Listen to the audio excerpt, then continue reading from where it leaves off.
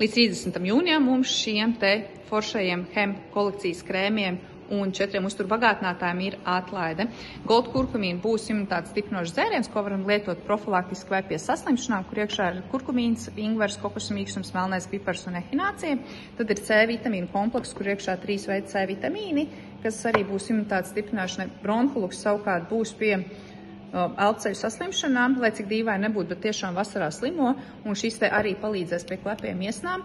Tāda Prenovitāla vai poliprenoli, kas strādājo šūnu līmenī, kas izvilkums ir no egļu skujām, tāds ekstrakts arī ļoti labs līdzeklis imunitātes stiprināšanai, un ne tikai imunitātei, bet arī noteikti vērtīgs produkts. Arī noteikti palasiet par viņu, papētiet. Un tad mūsu Hem krēma, kā es teicu, uz augstspiestas kaņepju eļas bāzes, mums ir piedāvājumā.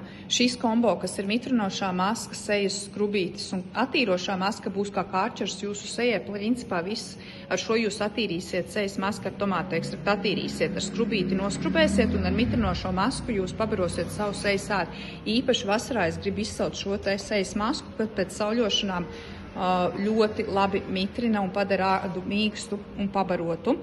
Tad ir vēl antisvelling, kas būs atvēsinošs gēls kājām. Pēc garas darba dienas vai ilgām pastaigām noteikti iesaku šo te lietot, un šim te ir klāt, kastanis, jā. Tad ir ķermenis skrubis ar baziliku, arī ļoti tāds smalks skrubītis, bet labi noskrubēs jums visu.